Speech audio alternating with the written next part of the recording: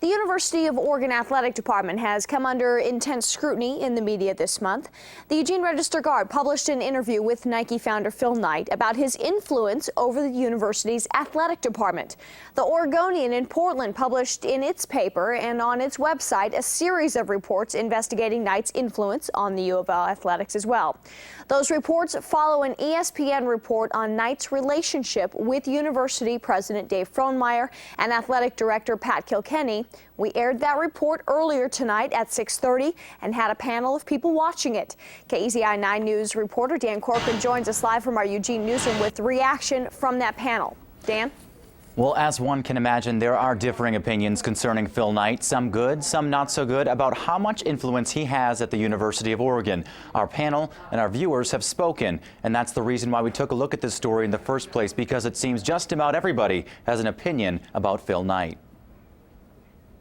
I look back and I look at where Oregon athletics was, and I look at where they are, and I can't see anything wrong with it. Justin Myers has a big voice on local sports talk radio. When it comes to the even bigger voice that Nike's Phil Knight is suggested to have at the University of Oregon, Myers says he's okay with it. If people think that college athletics isn't a business anymore, they're just kidding themselves.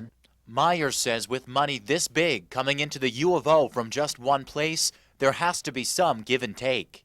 It's risk reward. If you don't want that influence on your coaching staff, if you don't want somebody saying, you know what, I don't want this guy to be here, or, you know, I don't want Martin Smith to continue to recruit sprinters, I want him to recruit distance runners, well, then you can't take his money. You can't have it both ways. Some say Knight's influence has the potential to become a problem, but it hasn't. Anytime that an athletic department can do the things that they can do without drawing on the university, the academic side of the budget, it's a good thing.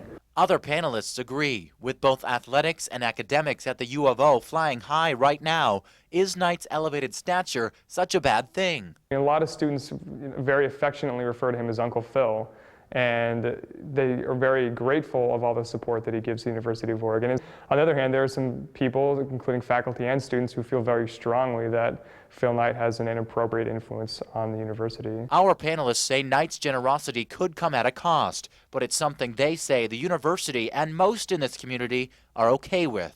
Is Oregon successful at athletics? Yes. Is it because of Phil Knight? Obviously.